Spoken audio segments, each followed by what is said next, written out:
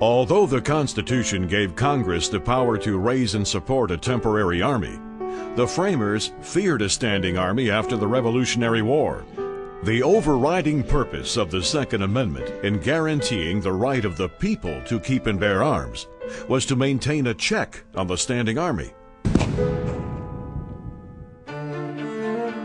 A well-regulated militia, being necessary to the security of a free state, meant ultimate power must be in the hands of the people.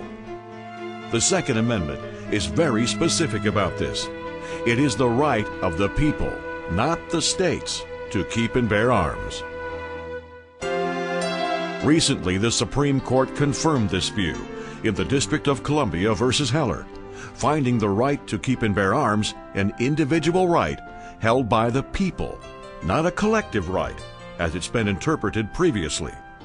The court concluded, Americans have an individual right to possess a firearm unconnected with service in a militia, and to use that arm for traditionally lawful purposes, such as self-defense within the home.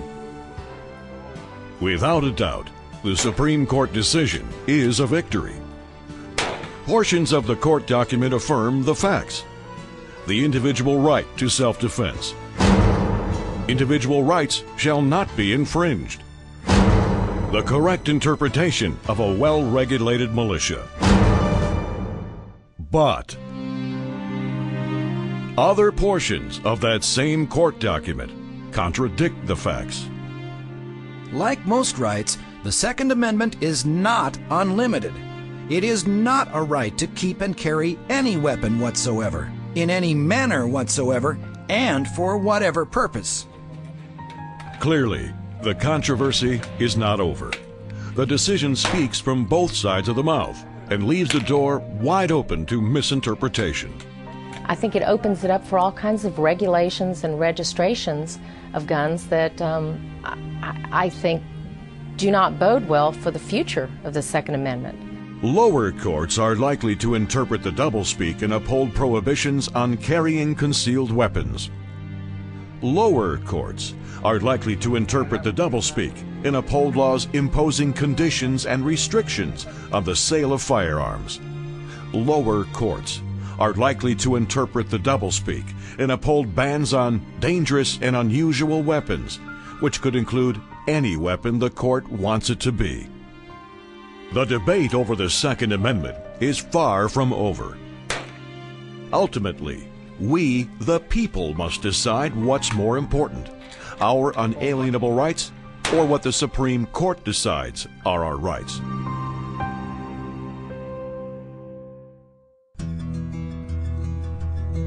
So what is it every American should know? Gun control laws have been in existence for hundreds of years.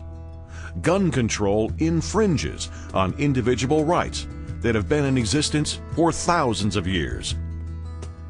Gun control is necessary when one group of people wants to control or dominate another group of people.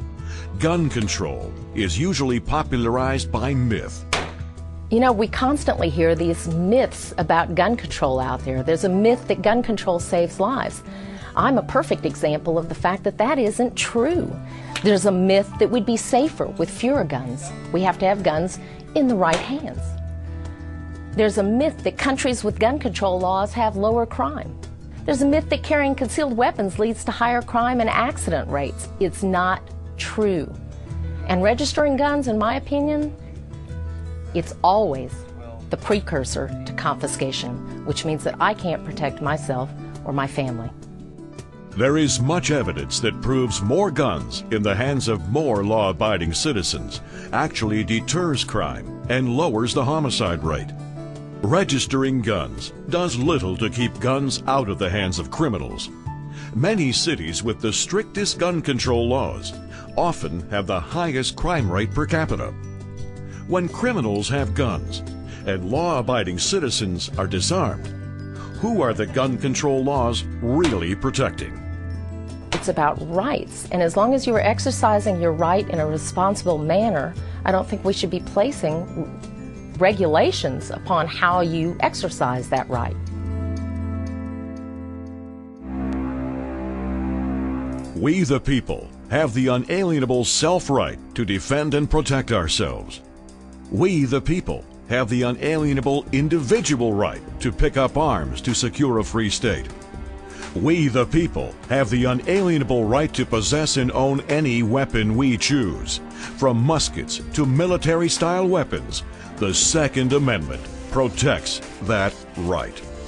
One of the great things about the ability to keep and bear arms is that ultimately, as long as we have that ability, ultimately the people will have the power and make the decisions. U and 2A. Good for the USA.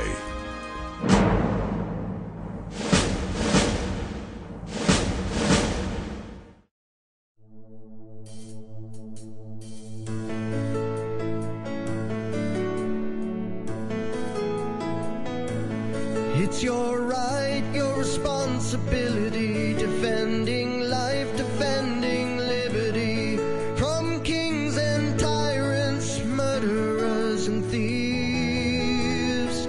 So spread the word till all have heard, one guarantee will keep us free. They put quill to parchment so we'd understand. Keep the power in the people's hands. Well-regulated militia being necessary to the security of a free state, the right of the people to keep and bear arms shall not be infringed.